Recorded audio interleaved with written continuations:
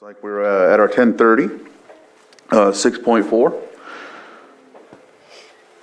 An update on 2022 drought conditions, Lake County, California, and B, updates from drought-related meeting groups, including the Comprehensive Drought Workgroup, the Drought Emergency Operations Center, the Lake County Drought Task Force, and the Tree Mortality Task Force. And it looks like we have Deputy Del Giannis here. Yes. And I will hand this off to you. Awesome. Good morning. Thank you so much, Board. Thank you so much, Mr. Chair, for having me this morning. I do have a presentation, and I'm going to share my screen with you all. Can everyone see that okay? Yes. Great. All right. So Marina Del Giannis, Deputy Water Resources Director. I am here to give you an update on current drought conditions for our Lake County community. And with that being said, I have a few talking points. So when it comes to drought, there's a lot that we can cover.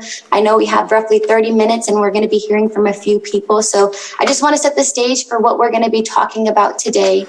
So again, I'm going to be doing an overview of our current statewide drought conditions. I will be sharing information on our current and predicted Clear Lake and lake levels.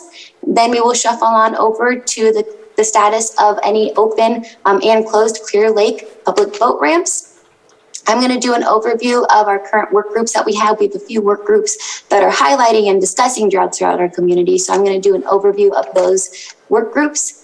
I would like to focus today's discussion on SB 552, which is a new requirement from the state. And then, of course, providing any resources from the county and the state. So with that here, I have a few graphics available, and these resources are from the NOAA and the USDA. All this is public information, and I will have information available. If folks want to have this information on their own, they can feel free to reach out to us, and I can provide you the link. Or you can just Google U.S. Drought Monitor Conditions from NOAA, and you can highlight and funnel in on wherever you want to look at, whether it be the greater country as a whole or focus on our western U.S. here. So you can see the current status of our drought conditions in Lake County. We are in severe drought conditions. And then looking at the precipitation that we've seen, you can see here Lake County, if you guys can see my cursor, we are much below average precipitation as of March 2022. So again, we are entering a third consecutive drought year. We can anticipate that although crossing our fingers, we get a few more inches of rain, getting some rain down the drain, we're not going to be getting that much more going into the drier months here.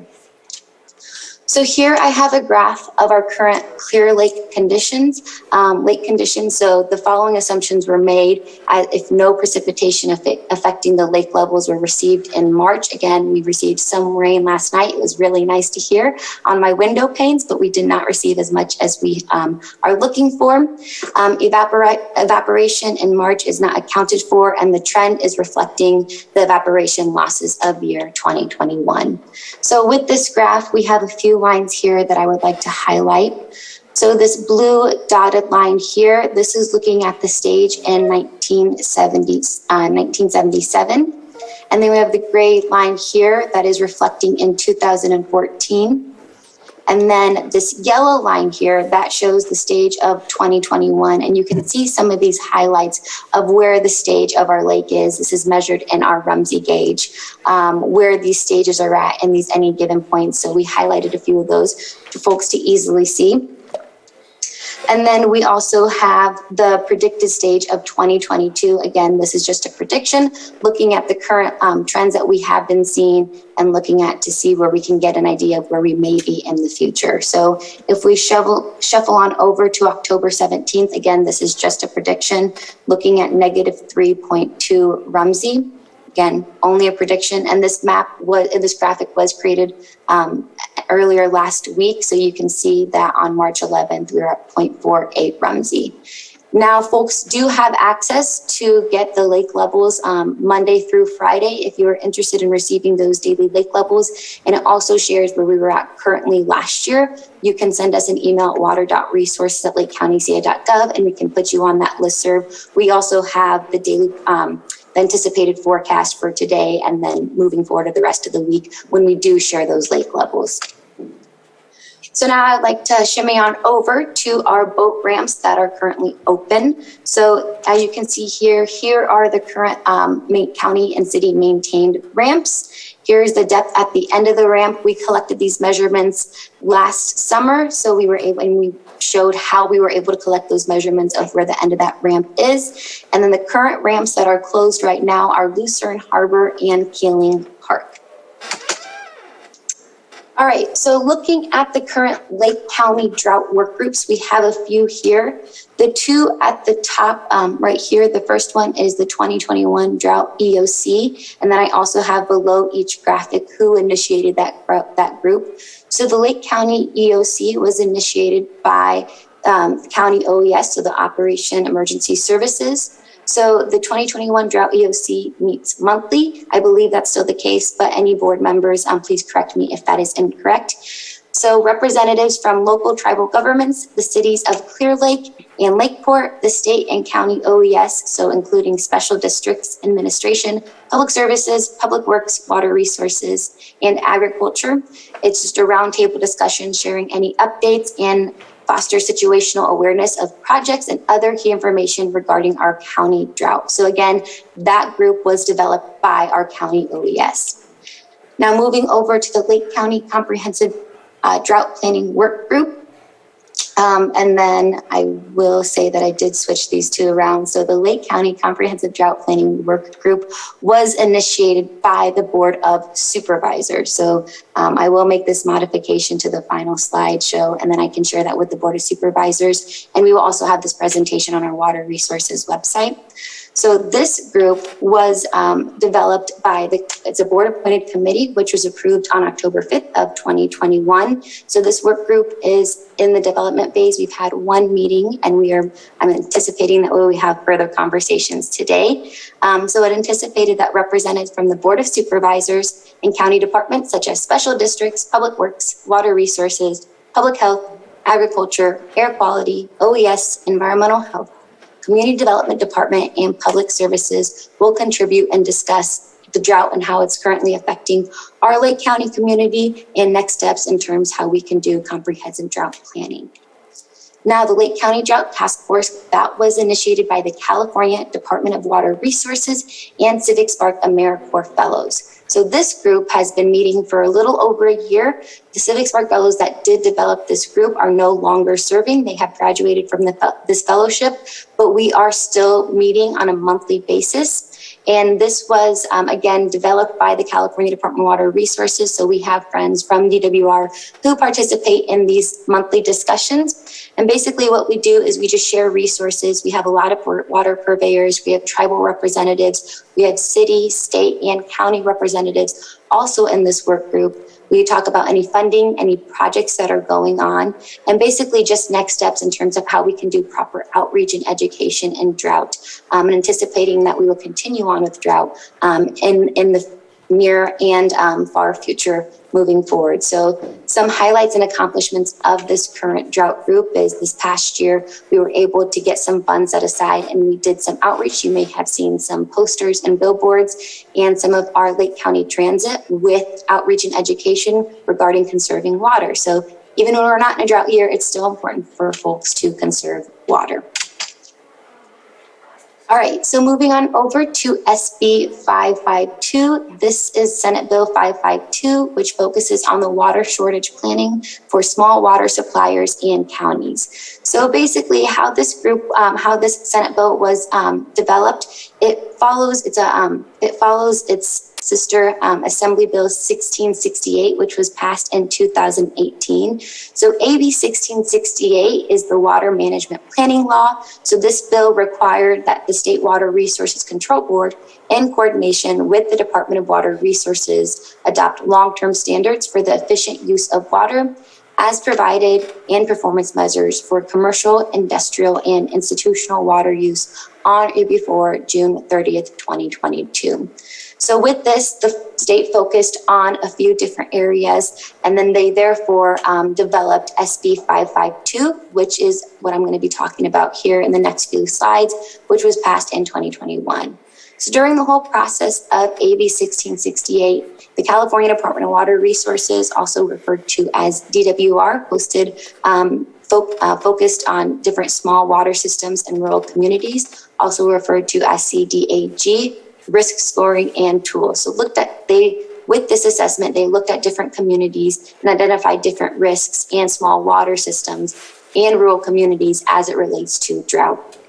With this CDAG and this risk scoring tool, they developed recommendations on how to cover them with water shortage contingency plans. From this tool, again, they developed SB 552. I have the link here to the Senate bill, which I will not be reading word for word, but folks are able to explore that Senate bill and all the requirements. Again, this is still a work in process, and we are getting routine updates and resources and assistance from the state on how we can make sure that we follow all the protocol as outlined in the Senate bill.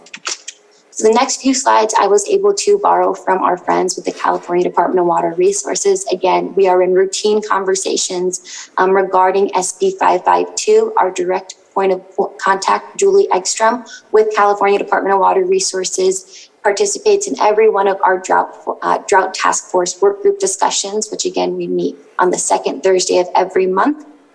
And here we have information on how SB 552 is broken down.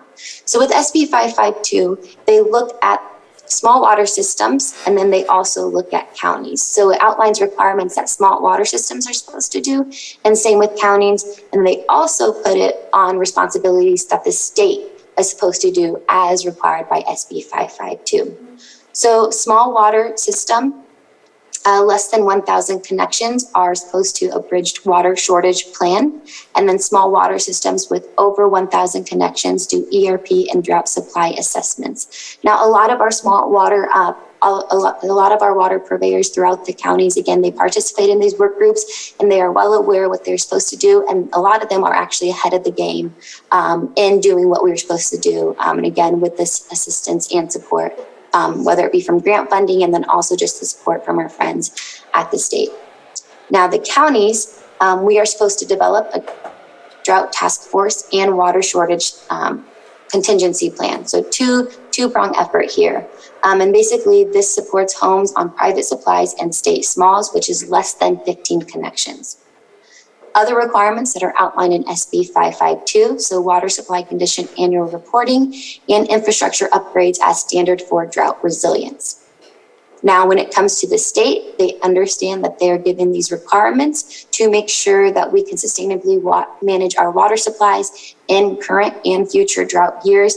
They set responsibilities from themselves.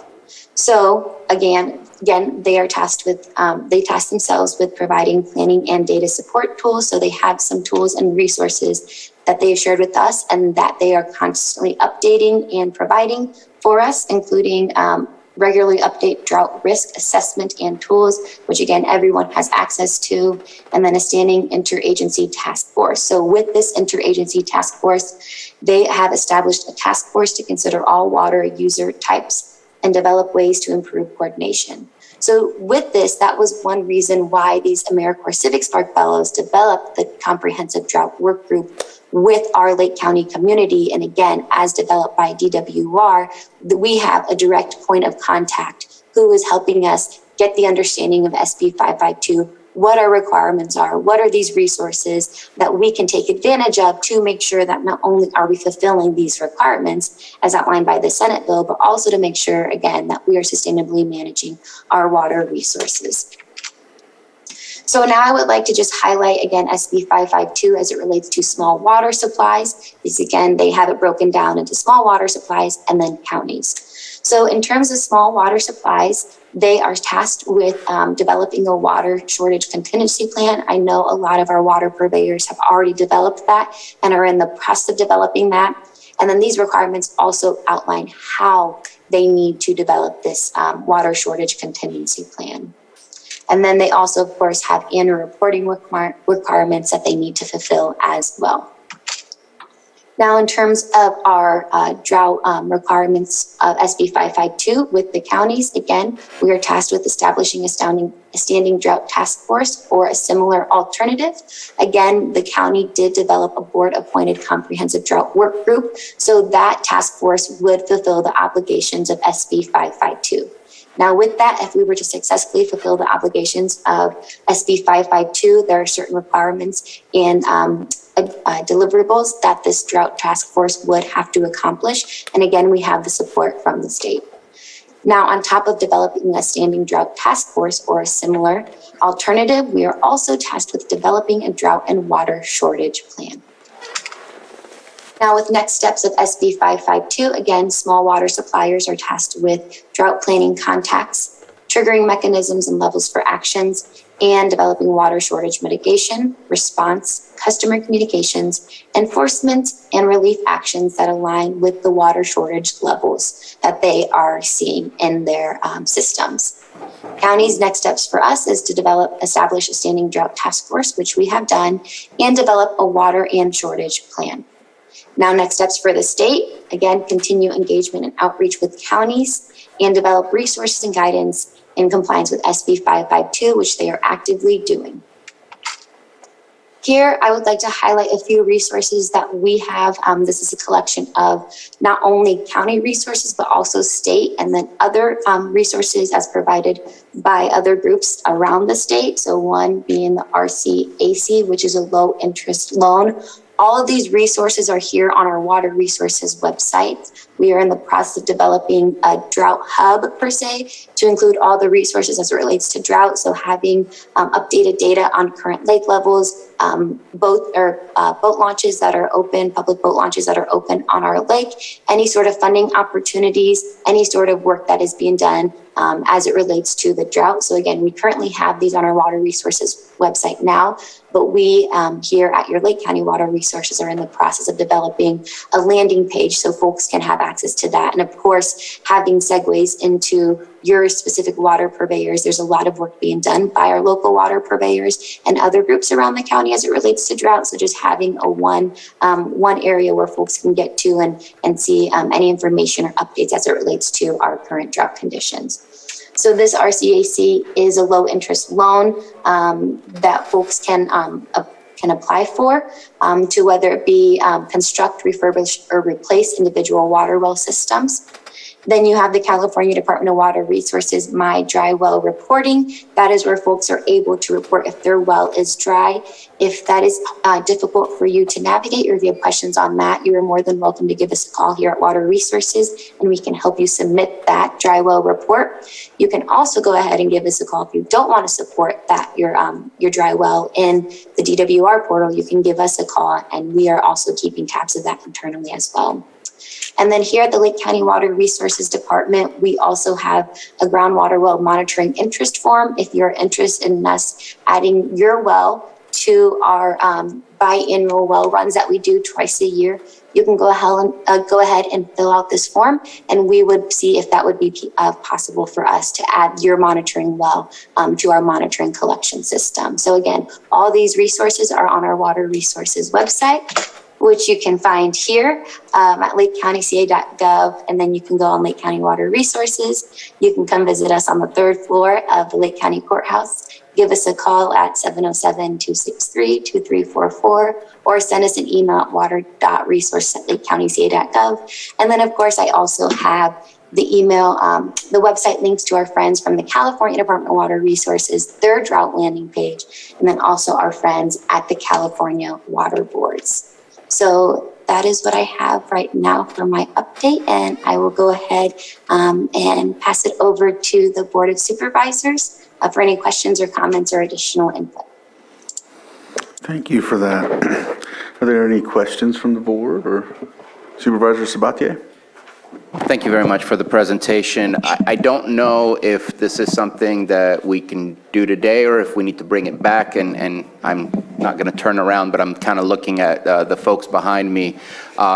We created the Drought Management Plan Task Force to be able to kind of figure out what is a holistic Lake County plan. What do we expect from our schools? What do we expect from our golf courses?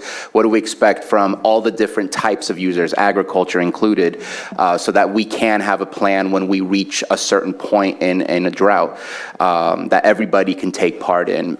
I'd like to know if we can direct that we align that committee with SB 552, because it was kind of created prior to SB 552 giving us that direction, or if we need to come back with a future agenda, maybe on next week or as soon as possible, to be able to update what the goals are for that committee so that it is aligned with the state requirements. Just wanted to put that out there.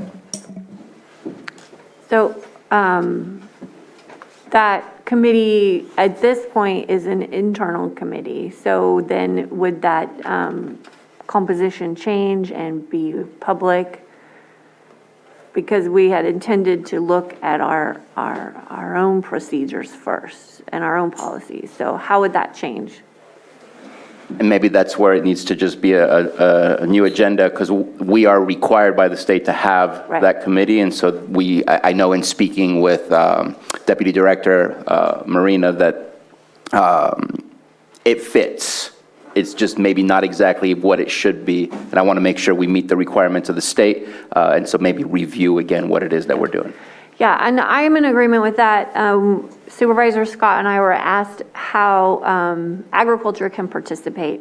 And that was kind of where we were stuck, because we weren't quite sure where the public can show up for these meetings. And so if we can adjust that committee, we've only just gotten started, so it's not that difficult. I'd be in favor of that. Ms. Grant? Thank you, Mr. Chair. My office can provide some information with regard to the legal requirements on this. As far as today's item, as Supervisor Sabatier notes, this is a presentation-only item, so it would be better if you put it over for the next agenda with whatever type of action you might be considering. As you know, the point of the agenda is to tell the public what might be considered on any given board day. Okay. Supervisor Sabatier, you put your... I just wanted to add 2 comments, and Deputy Director Delagianis, please correct me if I'm wrong, but I wanted to make sure that the public was aware that right now our dam over in the South Lake area is not open. Yolo County is not taking more water than what Fish and Wildlife requires us to allow to trickle down, so that there's no fish die off further down the creek. And until it reaches a specific Rumsey level, which does not look at this moment in time that it will, that Yolo County Flood Control will not be utilizing the water from our lake for agricultural purposes at this moment in time. And I believe it might be 3.22 Rumsey that it has to reach in order for them to have access, but it's in the Solano decree that states exactly when they legally have the right to use our lake water. I wanted to make that statement. And also that there is work being done continuously over in our Water Resources Department to look at extending our ramps. I know that we brought that up a while ago. I know the topographical maps have been worked on for the ramps that have not been fixed or taken care of, and so that work continues as well. And I know that's something that's important to us, important to the tourism, and important just overall to Lake County. Right now it's at 0.50 today. Last year it was at 1.11 today, last year, and it was at 4.57 in 2020 and 9.46 in 2019 during this time frame. So just wanted to highlight that. Quite the swing. Yeah. Anything else from the board? I'll open it up for public input. You can come up and have your 3 minutes.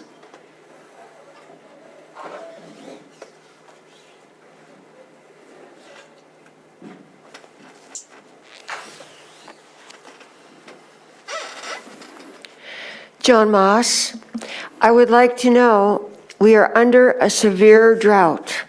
That's what she said.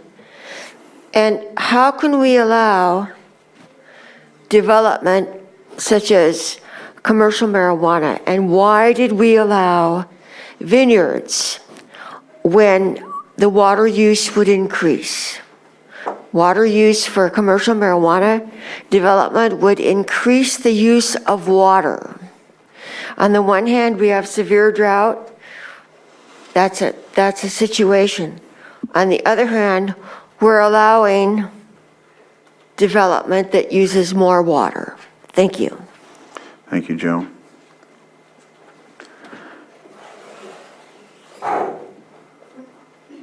Just to go off of that, so we are in constant communication again. That is the importance of having these drought work groups and having this active dialogue with our friends, not only in the with the state level, but also with the county as well. So we do have participation from our friends at the Lake County Environmental Health and then also Community Development Department. And these are conversations that we are having. Thank you very much for that insight. Go ahead, Mr. Bobby Dutcher, Lakeport. Water storage, is going to be very important. And so, Yolo County won't get any of the water from Clear Lake this year, but they still get water out of Indian Valley Reservoir. It's about the only way those farms can operate. But Indian Valley, I was up there Saturday, it's really, really low. So one more drought, if they drain Indian Valley completely, we have another drought. I don't know what those farmers are going to do, but even for firefighting purposes, reservoirs like Indian Valley and Lake Pillsbury are extremely important. So we're only about 3 weeks away from an environmental group filing a lawsuit to dismantle the dam at Scott Dam and losing Lake Pillsbury. It's a critical source for water storage, for a lot of reasons, for the environment, for firefighting. So we really need to do something to protect that. Billions of gallons of water storage are about to disappear from Lake County if we don't do something to stick up for Lake Pillsbury. So early April, I think, is when they're going to file the lawsuit. So it's really important that we pay attention to that. We're not getting much, from the chamber's standpoint, we're not getting much feedback from our state representatives. They seem to be our best bet. The lake is in a district that it's in John Garamendi's district right now, but the new districts, the way they've been aligned, it'll become Mike Thompson's. So it's just kind of a forgotten orphan right now. It's kind of in a transition between those two congressmen, and they've got a lot on their plate with everything else. But at the state level, I think that's one way we really need to start, at least try to get one of our state representatives to do something to have the state take over that lake so we don't lose that water storage. So thank you. All right, thank you for that. Thank you. Supervisor Sabatier? Just want to say discussions have already been had and will continue to be had with Congressman Thompson. And you're right that after the election in November is when he will officially take on that part of the district, but conversations are occurring. All right. Is there any other public input inside chambers? I don't see any. And so I am looking at the attendees on Zoom. And I don't see any. And so I need to move to item B on this, right? Or was that all encompassing? Updates from drought-related meeting groups, including the comprehensive drought work group. Was that all included? That was all included, right? Yeah, just not the tree mortality. I can speak to that. Okay, you want to speak to that? Yeah, so the Risk Reduction Authority, I think it was in February, convened the Tree Mortality Task Force, which has PG&E and Public Works and CAL FIRE, and most recently Caltrans has agreed to also join. And that is to focus on the priorities of hardening the communities where the tree mortality is happening, and the roadways. Hopefully we can get to the roadways. That's really difficult for us right now because we don't have the capacity in our county to start clearing dead trees out of the easement. So that is something that happened after the Valley Fire, and that was with FEMA support. So we're trying to figure out, how to move through that. PG&E's been really helpful. They've really stepped up to the plate. They've redesigned their program so that now they'll be hauling the wood off instead of just leaving it. And that's huge. That's huge. And they're doing that countywide. So they're coming to that group and reporting where they are with their additional surveying, when the work is starting. And so I'm really hoping that that's going to continue with Caltrans too. So they're doing some vegetation work in our county, but they don't really have any plans to come back for 2 more years. So getting them to those meetings is crucial right now so that we don't have to wait several years for them to get to work on their easements here. I know also we have clerk, and I think that's it. That's coming to those meetings pretty regularly. So we'll be setting our next meeting soon. It is open to the public. It is a committee of the Risk Reduction Authority. So if anyone's interested in that work, Risk Reduction Authority, we're having our meeting on Monday. And then we'll likely announce the next meeting for the tree mortality. But if anybody missed the town hall, I'll say it again, it was great. And it is recorded on our county Facebook page and our county YouTube channel. Supervisor Sabatier? Yeah, first off, good job on that tree mortality meeting that you had. I know it's very visible to everybody just driving into Lake County, driving through Lake County, Highway 29. There's just a big brown patch of trees. They don't become green during the summertime or springtime. They just remain brown. So obviously there's a lot of decay and death happening in our trees throughout. I just want to remind Supervisor Paiska that RCRC don't know when the date is that their biomass facility will go in, but I think that's definitely something to try and link in and see if we can be one of the people that can provide that type of biomass to them, because it's not just about the tree mortality, it's what do we do with them? There, even trees that have fallen at one point, there's a lot still left around in our communities, and so hopefully that can happen sooner than later, but without the biomass facilities, it just becomes very difficult to, what can be done. There's definitely possibilities, but that one is very helpful. Yeah, and there is the biomass project that the Scotts Valley Band of Pomos is looking at repositioning that project another place in the county so that it can be used immediately. Well, thank you for that. Any other insight on that? I should open public input for this since we brought up another subject about tree mortality, so I'll go ahead and open it up for anyone in the public that wants to speak on tree mortality. All right, not seeing anyone in the chambers or on Zoom. Bring it back to the board to close this item and appreciate your report and your presentation, Deputy Director Delajanis. Appreciate that. Thank you. Thank you so much, Board.